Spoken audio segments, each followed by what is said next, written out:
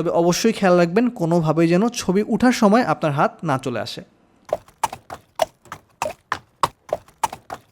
একটা phone stand আর কিছু random object, এই তিনটে জিনিস থাকলেই আপনি বানিয়ে ফেলতে পারবেন স্টপ মোশন অ্যানিমেশন।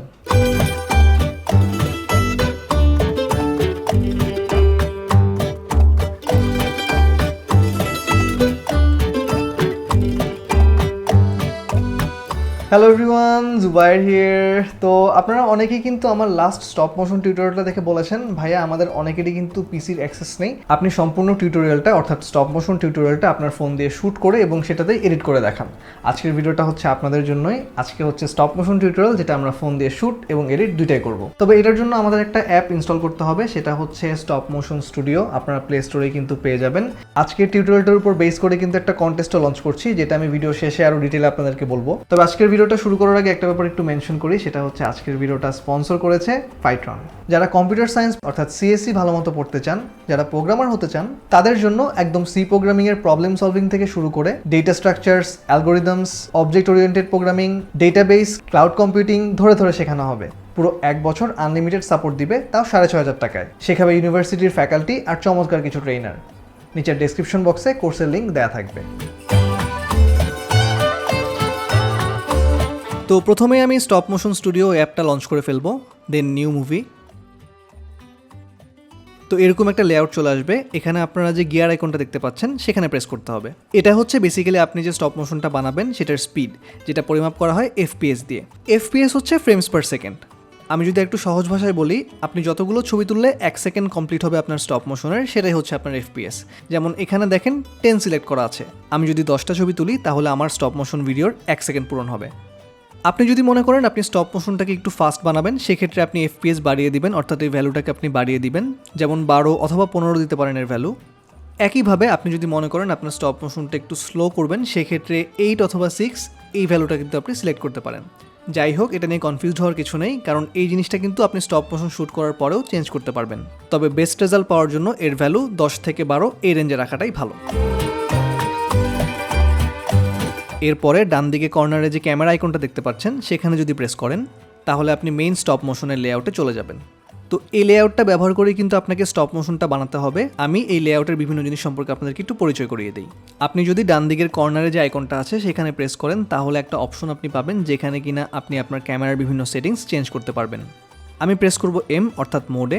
এখানে আপনি 3টি মোড পাবেন, অটো, এএল এবং পি।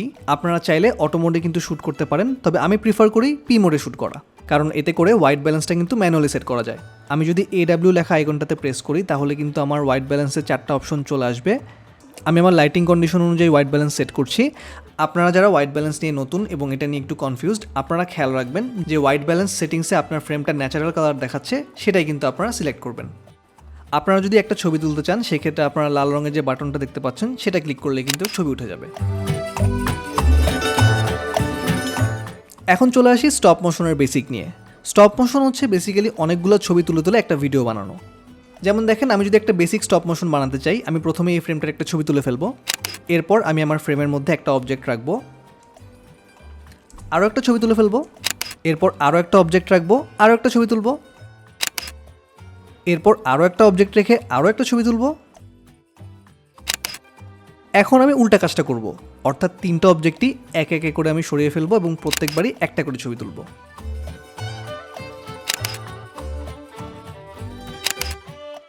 এবং এখন যদি আমি প্লে বাটনটাতে প্রেস করি তাহলে দেখেন আমি খুব বেসিক একটা স্টপ মোশন কিন্তু পেয়ে গেছি এবং এটা কিন্তু দেখতে বেশ ইন্টারেস্টিং লাগছে। সো আই গেস আপনারা স্টপ মোশন সম্পর্কে বুঝতে পেরেছেন এবং এটার বেসিকটা সম্পর্কে বুঝতে পেরেছেন। এখন চলেন আর একটু কমপ্লেক্স একটা স্টপ মোশন বানাই। তবে শুটিংটা শুরু করার আগে একটা ইম্পর্টেন্ট ব্যাপার বলি। স্টপ মোশনের ক্ষেত্রে আপনার মোবাইল ফোনটা কিন্তু অলওয়েজ একটা ট্রাইপডের মধ্যে খুব শক্তভাবে আটকানো থাকতে হবে।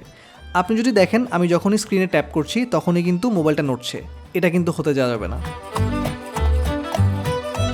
সো নড়াচড়া করার এই ব্যাপারটা কিন্তু খুব সহজেই সলভ করা যায়। আপনারা যদি এই ঘড়ির আইকনটাতে প্রেস করেন তাহলে দেখবেন 1 থেকে শুরু করে অনেকগুলো ভ্যালু দেওয়া আছে।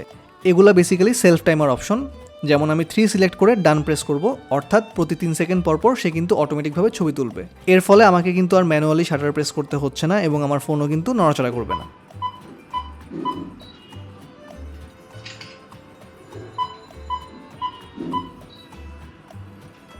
দেখেন প্রতি 3 সেকেন্ড পর কিন্তু সে অটোমেটিকভাবে ছবি তুলছে। যেহেতু 3 সেকেন্ড পর অটোমেটিকভাবে ছবি উঠছে, আমি এখন আমার অবজেক্টের মুভমেন্টের উপর ফোকাস করব। আমার প্ল্যান হচ্ছে আমি এই 3টা ক্যামেরাকে সাপের মতো আঁকাবাঁকা করে পুরো ফ্রেম জুড়ে নিয়ে যাব। এক্ষেত্রে আপনাকে খেয়াল রাখতে হবে যখন ছবিটা উঠবে তখন যেন কোনোভাবেই আপনার হাত ফ্রেমের মধ্যে না চলে আসে। আপনি যেটা করবেন, যখনই ছবি উঠে যাবে খুব দ্রুত 3টা অবজেক্টে একটু একটু সামনের দিকে আগিয়ে দিবেন এবং হাতটা সরিয়ে নেবেন। ছবি তোলা হয়ে গেলে আবার অবজেক্টগুলোকে একটু একটু করে সামনে আগিয়ে দিবেন এবং হাতটা সরিয়ে নেবেন। এভাবে করে চলতে থাকবে। তবে অবশ্যই খেয়াল রাখবেন কোনোভাবেই যেন ছবি ওঠার সময় আপনার হাত না চলে আসে। আমি যদি রেড বাটনটাতে প্রেস করি তাহলে অটোমেটিকভাবে ছবি তোলা বন্ধ হয়ে যাবে। এরপর আমি যদি প্লে বাটনটা প্রেস করি তাহলে আমার স্টপ মোশনটা প্লে হতে থাকবে।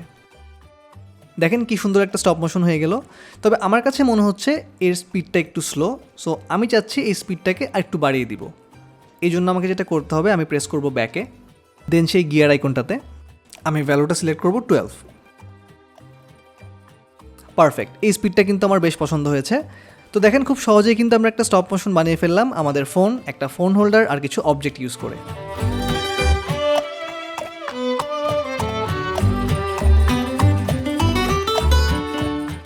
তো আমার স্টপ মোশন শ্যুট করা শেষ হয়ে গেলে আমাকে একবার ব্যাকে আসতে হবে এবং স্ক্রল ডাউন করে আমাকে আমার স্টপ মোশনটা খুঁজে বের করতে হবে। দেন আমি যদি ট্যাপ করে ধরে রাখি তাহলে অনেকগুলো অপশন আসবে। আমি শেয়ার অপশনটাতে প্রেস করব, সেখান থেকে এক্সপোর্ট মুভি, দেন সেভ অ্যাজ। আমার স্টপ মোশনটা এক্সপোর্ট হতে থাকবে। দেন সেভ প্রেস করলেই কিন্তু আমার স্টপ মোশনটা সেভ হয়ে যাবে। তো এটাই ছিল আমার আজকের ভিডিও। আমি আশা করব আপনাদের মধ্য থেকে অনেকেই এই স্টপ মোশন টিউটোরিয়ালটাকে ট্রাই করবেন। আর গুড নিউজ হচ্ছে আমি একটা স্টপ মোশন কন্টেস্ট লঞ্চ করছি। আপনারা যারা আজকে টিউটোরিয়ালটা থেকে স্টপ মোশন বানাবেন, আপনারা কিন্তু আপনাদের স্টপ মোশন সাবমিট করে এই কন্টেস্টে এন্ট্রি করতে পারেন। তবে কিছু শর্ত আছে। আপনারা যে স্টপ মোশনটা বানাবেন সেটা যেন অবশ্যই আপনাদের নিজেদের মতো করে বানানো হয়, আপনাদের নিজেদের ক্রিয়েটিভ টাচ যেন থাকে, সেটার উপর বেস করেই কিন্তু জাজমেন্ট হবে। আপনাদের করা স্টপ মোশনটা ফেসবুক অথবা ইনস্টাগ্রামে আপনাদেরকে আপলোড করতে হবে এবং একটা হ্যাশট্যাগ দিতে হবে, সেটা হচ্ছে films by Zubair stop motion. এবং লাস্টলি নিচের ডেসক্রিপশন বক্সে থাকা গুগল ফর্মটা ফিল আপ করে দিলেই আপনার সাবমিশন ডান। সেরা 3টা স্টপ মোশনের জন্য থাকবে আমার পক্ষ থেকে আমার সামর্থ্য অনুযায়ী 3টা গিফট। আমি আশা করব আপনারা সবাই স্টপ মোশনের এই কন্টেস্টটাতে পার্টিসিপেট করবেন। আর আমার ভিডিও যদি ভালো লেগে থাকে আমাকে সাবস্ক্রাইব করতে পারেন। আর যে কোনো কোয়েশ্চেন নিচে কমেন্ট সেকশনে করলে হবে, আমি যতটুকু সম্ভব রিপ্লাই দেওয়ার চেষ্টা করব।